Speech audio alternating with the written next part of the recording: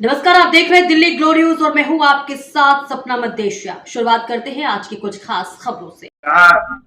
अगर आप अपनी गलती के लिए, अपने अपराध के लिए क्षमा याचना कर सकते हैं तब तो ठीक है।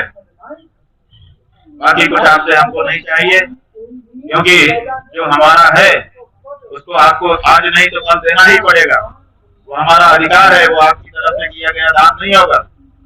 लेकिन जो असली मुद्दा है, जिसके लिए 10 दिन तक शांति के साथ हम यहाँ पर फुटपाथ पर बैठे रहे, आपको लंबा समय हमने प्रदान किया कि आप ठंडे मन से, मस्तिष्क से विचार करो और विचार करके जो अन्याय हुआ है उसके लिए आगे आकर के या तो दंड भोगो या तो क्षमा याचना करो। लेकिन 10-11 दिन बीत जाने के बाद भी आज जब हमारे जाने का हमने निर्णय किया, तब इस तरह का प्रस्ताव हमारे पास आया।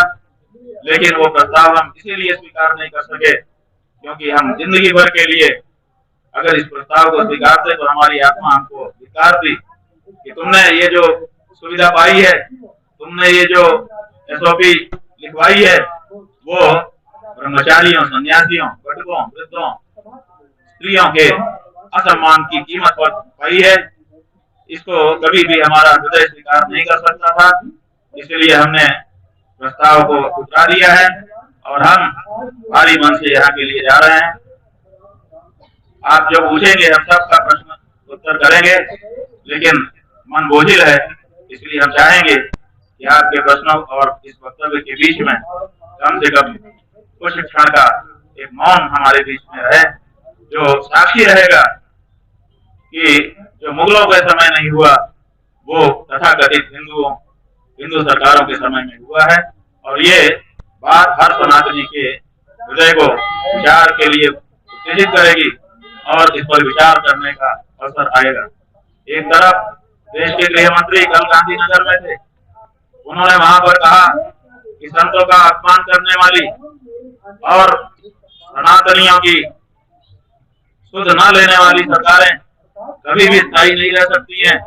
एक तरफ इतना बड़ा ज्ञान उनके द्वारा उच्चारित किया जा रहा है और दूसरी तरफ सनातन धर्म के सबसे बड़े प्रतीक शंकराचार्य, सबसे बड़े प्रतीक बटुक, सबसे बड़ी प्रतीक सन्यासी, सबसे बड़े प्रतीक ब्रह्मचारी, जिन्होंने सनातन को अपने कंधों पर ढोने के लिए अपना जीवन समर्पित कर दिया है, ऐसी साधवियां, ऐसे सबका अपमान यहाँ पर हो रहा है। और उसके बाद भी इतना बड़ा उपदेश गृह मंत्री जी के श्रीमुख से निकल रहा है। तो ये जो दोहरा चरित्र है, कहने में कुछ और करने में कुछ, ये अब देश के सामने साफ होना चाहिए और उसको साफ करने के लिए हम कार्य करेंगे, सर सनातनी तक संदेश भेजेंगे और ये स्पष्ट होना होगा कि सनातन का नाम लेकर के सनातन के विरोधी सत्ता में न रह सके। बंधुओं, इतना कहकर के हम थोड़ी देर चुप रहेंगे। जब थोड़ा सा हमको साहस होगा तो आप जो प्रश्न करेंगे हम